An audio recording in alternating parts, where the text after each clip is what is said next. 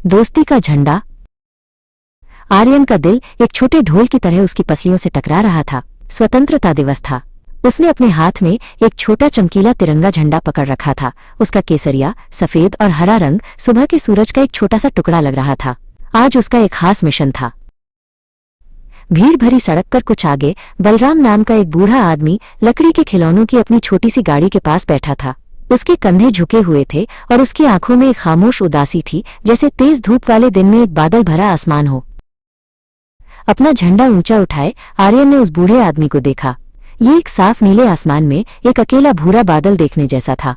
आज ये इतने उदास क्यों हैं? आर्यन ने सोचा और उसके दिल की ढोल जैसी खुशी की धड़कन एक विचारशील लय में धीमी हो गई। छोटे सधे हुए कदमों से आर्यन गाड़ी के पास गया। वो बलराम के सामने खड़ा हो गया। उसकी छोटी सी परछाई धूल भरे खिलौनों पर पड़ रही थी। नमस्ते, उसने फुसफुसाहट जैसी धीमी आवाज में कहा। बलराम ने ऊपर देखा। उसकी थकी हुई आंखें आर्यन की चमकीली आंखों से मिली। आर्यन ने झंडा आगे बढ़ाया। ये आपके लिए है, उसने कहा, ताकि आप भी जश्न मना सकें। छोटा झंडा उन दोनों के बीच हवा में धीरे से लहराया।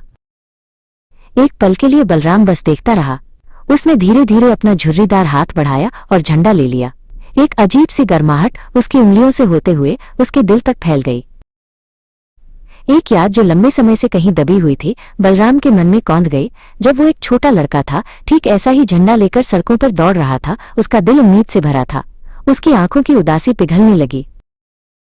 उसने छोटे झंडे को अपनी छाती से लगा लिया, उसे अपने दिल के करीब पकड़ लिया। उस दिन पहली बार उसके होठों पर एक सच्ची मुस्कान आई। ऐसा लगा जैसे उसकी आत्मा में बादलों को चीरकर सूरज निकल आया हो। आर्यन देखता रहा। उसका अपना दिल किसी भी परेड से बड़ी खुशी से भर गया। उसने सिर्फ एक झंडा नहीं दिया था, उसने खुशी का एक टुकड़ा बांटा था। बूढ़े आदमी की मुस्कान देखकर वो समझ गया कि उसका मिशन पूरा हो गया है।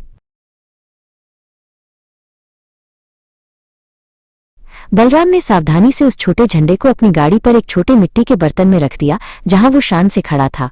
उस छोटे से झंडे ने उसे याद दिलाया था कि इस दिन की भावना सिर्फ भव्य परेडों में नहीं, बल्कि दयालुता के छोटे छोटे कामों में होती है, जो एक दिल को दूसरे दिल से जोड़ती है।